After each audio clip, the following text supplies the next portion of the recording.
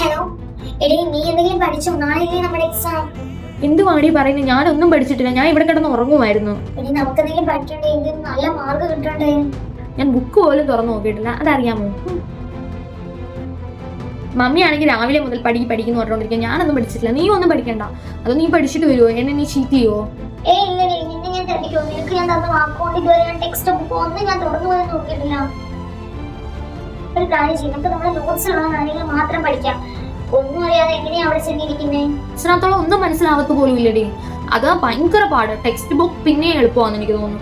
എനിക്ക് ഒരു കാര്യം ചെയ്യും, ഞാനിപ്പോ നിന്റെ വീട്ടിൽ വരാം. നിന്റെ നോട്ട്സില്ലേ അത് നോക്കി നമുക്ക് ഒരുമിച്ച് പഠിക്കാം. അയ്യോടി, എന്റെ ബുക്കാണെങ്കിലും ഉണ്ടല്ലോ, ഞാൻ ശ്വേതയ്ക്ക് കൊടുത്തേക്കുവാ. ഞാൻ പഠിക്കുന്നില്ലല്ലോ, പിന്നെന്തിനാ നോട്ട് വെച്ചോണ്ടിരിക്കുന്നത്? അതുകൊണ്ട് എന്റെ ബുക്ക് എന്റെ കയ്യിൽ ഇല്ലടി. ഞാനൊന്നും പഠിക്കുന്നില്ല. നീ ഇരുന്ന് പഠിച്ചിട്ട് എക്സാമിന് മാർക്ക് കൂടുതൽ മേടിച്ചാലാ. ഇല്ലടി, ഞാൻ നിന്നെ ചതിക്കുമോ? ഞാനൊന്നും പഠിക്കുന്നില്ല. എല്ലാ വട്ടം ഇവക്ക് എന്നെക്കാളും മതിക്ക് പെട്ടെങ്കിലും അവളെക്കാട്ടും നല്ല മാർക്ക് ഞാൻ മേടിച്ചു പഠിക്കാം.